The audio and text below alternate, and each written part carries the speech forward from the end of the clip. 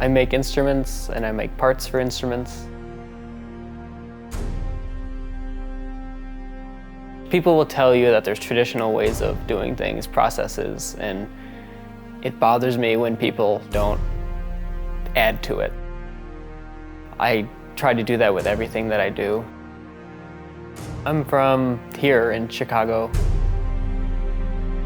I have two sisters, and my mom and my dad, and so my dad was a police officer. And my mom was a seamstress. She reupholstered couches and was always making patterns. And now when I make a bell pattern, it's in the same vein as you have a flat template and then you end up curving it. And we do it with hammers and she just did it with stitches. I started doing instrument repair in high school, and I just started fixing stuff, taking dents out of French horns, and quickly from there, I wanted to make from scratch.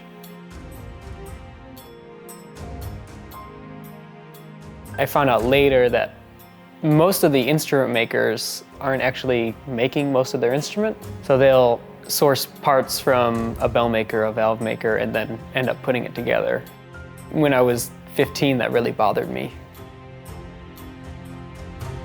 It bothered me that they didn't care as much as I did about every piece being special.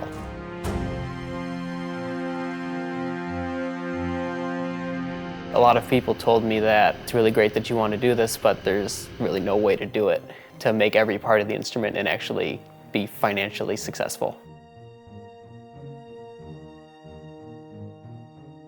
From then, I just started buying tools. It got to the point to where at the end of high school, I was actually making money, customizing instruments and doing repair. And then when I was at DePaul my freshman year, I bought my first lathe. And it's actually the blue spinning lathe that I use every day in the shop. And I bought it on eBay with student loan disbursement money. And I called my mom because I couldn't come when it was going to get delivered.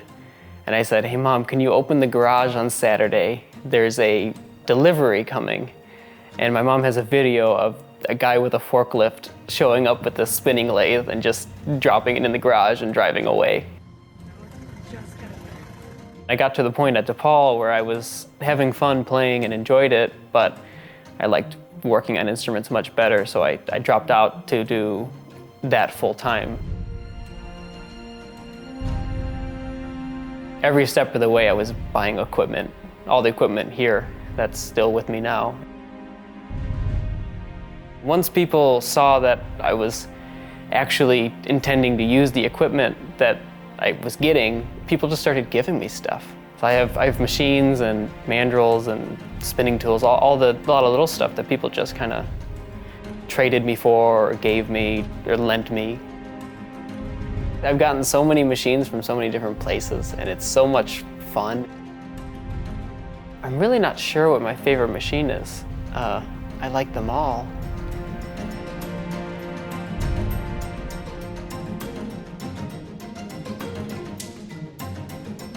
I like to have fun when I'm working. My YouTube channel is just me and my friends. A lot of time it's moving machines or setting up the shop or me working on a new process. And I just like to put it out there because when I was in high school learning, I couldn't find anyone who would let me come work at their shop. So I literally just watched YouTube for days on end. Any instrument making factory tour, I've seen them all.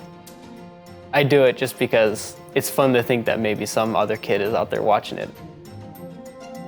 The stuff I put up is a lot more in-depth, actually explaining how you can make something, not just a factory tour where it's showing really quick snippets of what they're doing with no explanation. While I might have been a good player, my skill set really lies in making instruments, and I can do more with that than I could with playing. I definitely like making horns more. Anytime I've made instruments for people, it's been very exciting, whether it's an amateur or if it's a professional. It's fun no matter who it is, to get an instrument that you had a part in making into someone's hands. To be honest, I'm not exactly sure what motivates me. I wake up and all I can think about is how I can do things better.